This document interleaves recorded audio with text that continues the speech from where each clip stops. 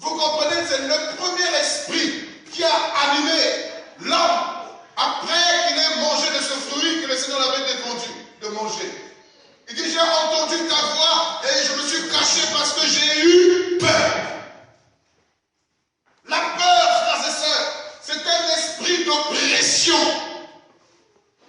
L'oppression signifie donc accabler.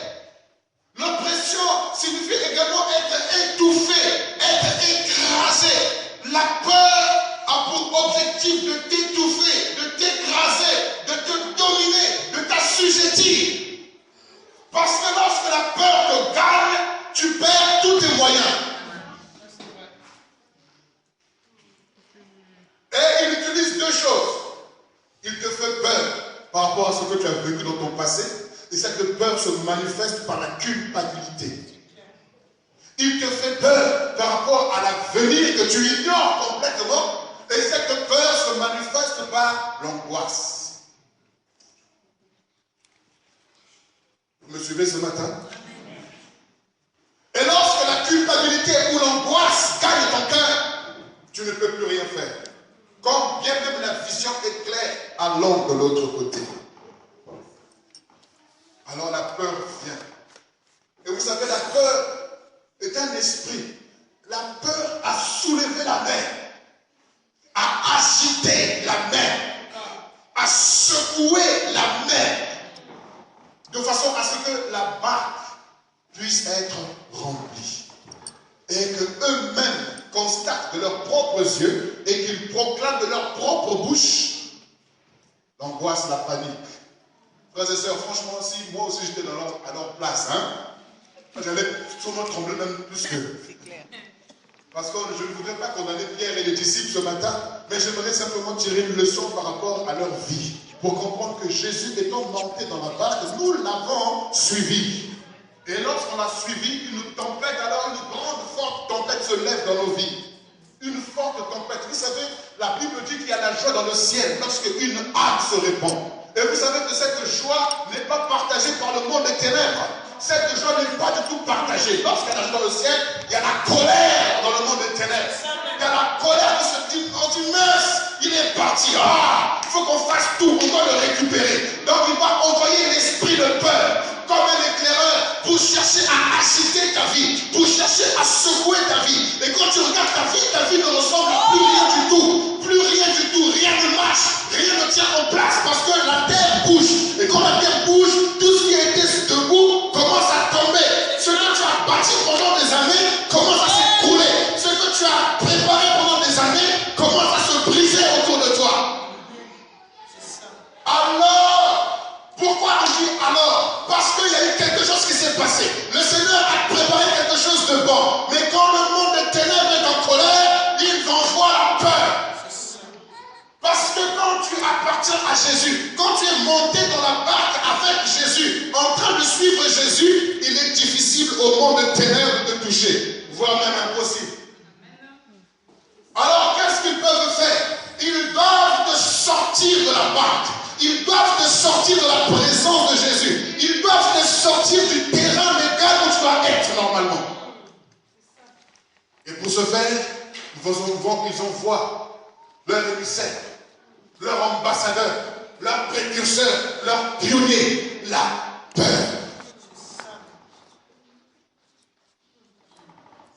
Car une personne qui est agitée, une personne qui n'est pas calme, est une personne qui perd ses moyens.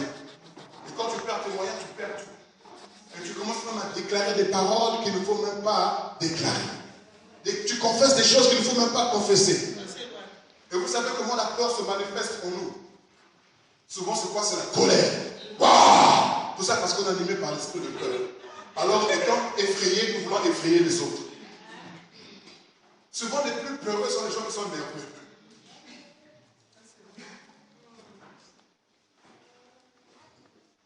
Tu as l'impression que, par son agressivité, il est fort. Non! Par son agressivité, il est faible. Parce que la peur, on gagne sa vie. Il est effrayé, lui aussi, il veut effrayer les gens.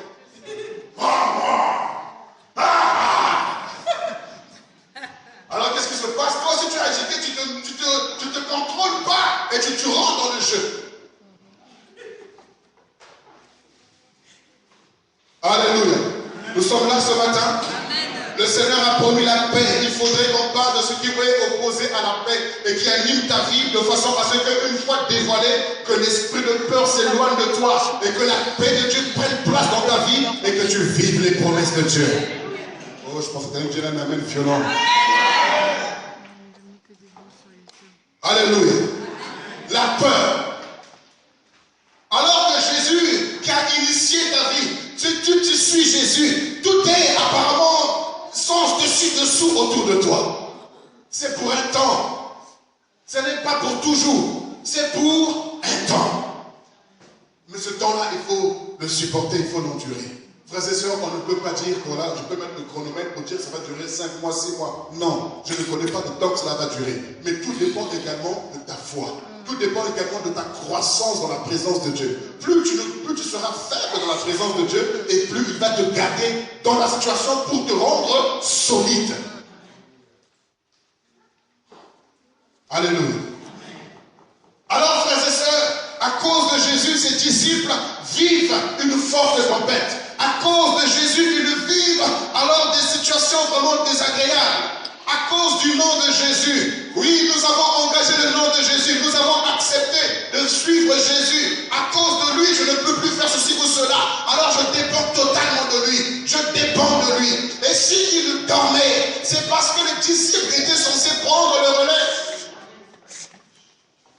Mais ils n'ont pas pu prendre le relais. Pourquoi? Parce qu'ils étaient envahis par la peur.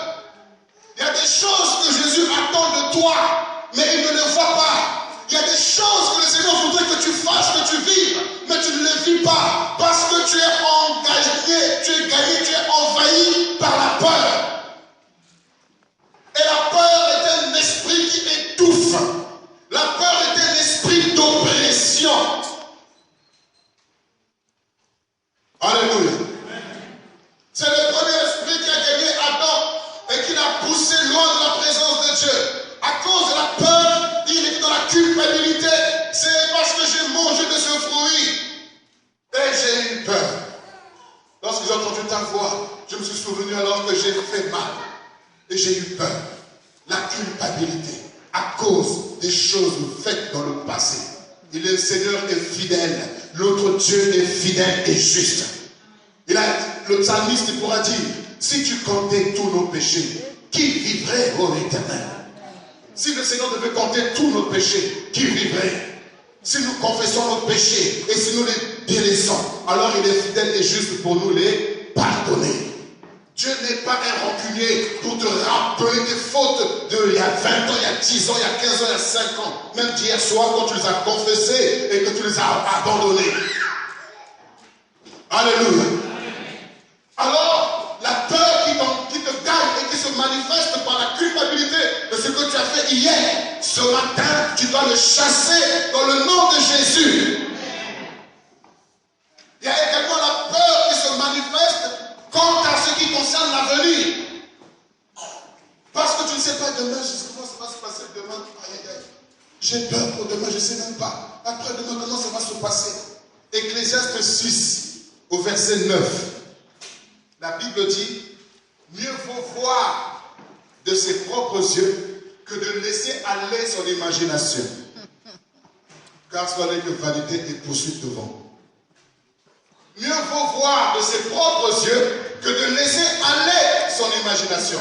Or, l'imagination, c'est la pensée qui se projette dans le futur, dans l'avenir. Ce qu'on appelle imagination. La pensée qui se projette dans le passé, on appelle ça nostalgie. Et la pensée qui s'exprime aujourd'hui, c'est la contemplation, ou rêver debout. Alors il dit, mieux vaut voir de ses propres yeux que de laisser aller son imagination. Parce que quand tu commences à imaginer des choses, alors le diable est champion pour te trimballer des choses dans l'esprit et te faire peur. Des choses qui n'existent même pas, que tu vas commencer à imaginer.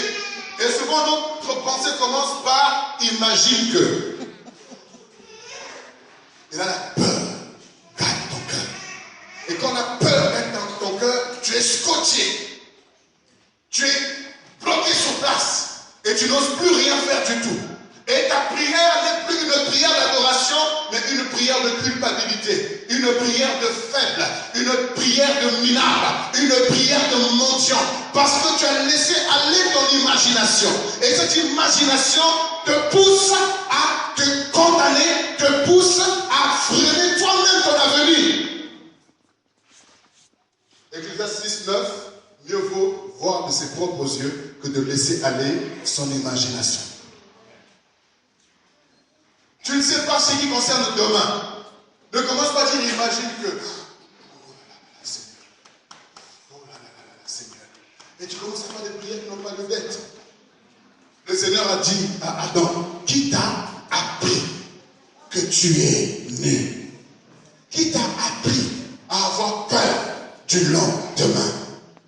Qui t'a appris à te soucier du lendemain? Qui t'a appris à t'inquiéter du lendemain? Quand tu regardes tes enfants, quand tu regardes ce qui se passe à la télé, dans les rues, ton cœur commence à battre. Mieux vaut voir de ses propres yeux que de laisser aller son imagination.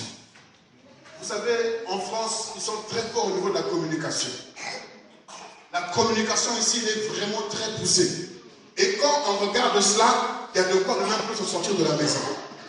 Chaque année, il y a toujours un animal qui est livré en sacrifice. Quand ce n'est pas la vache qui est devenue folle, c'est le coq qui est devenu malade. Quand ce n'est pas le coq, c'est le porc. Quand ce n'est pas le porc, c'est le poisson. Quand ce ne sont pas des poissons, c'est des pois de conserve. Il y a toujours quelque chose qu'on ne doit pas manger chaque année. Voile interdit.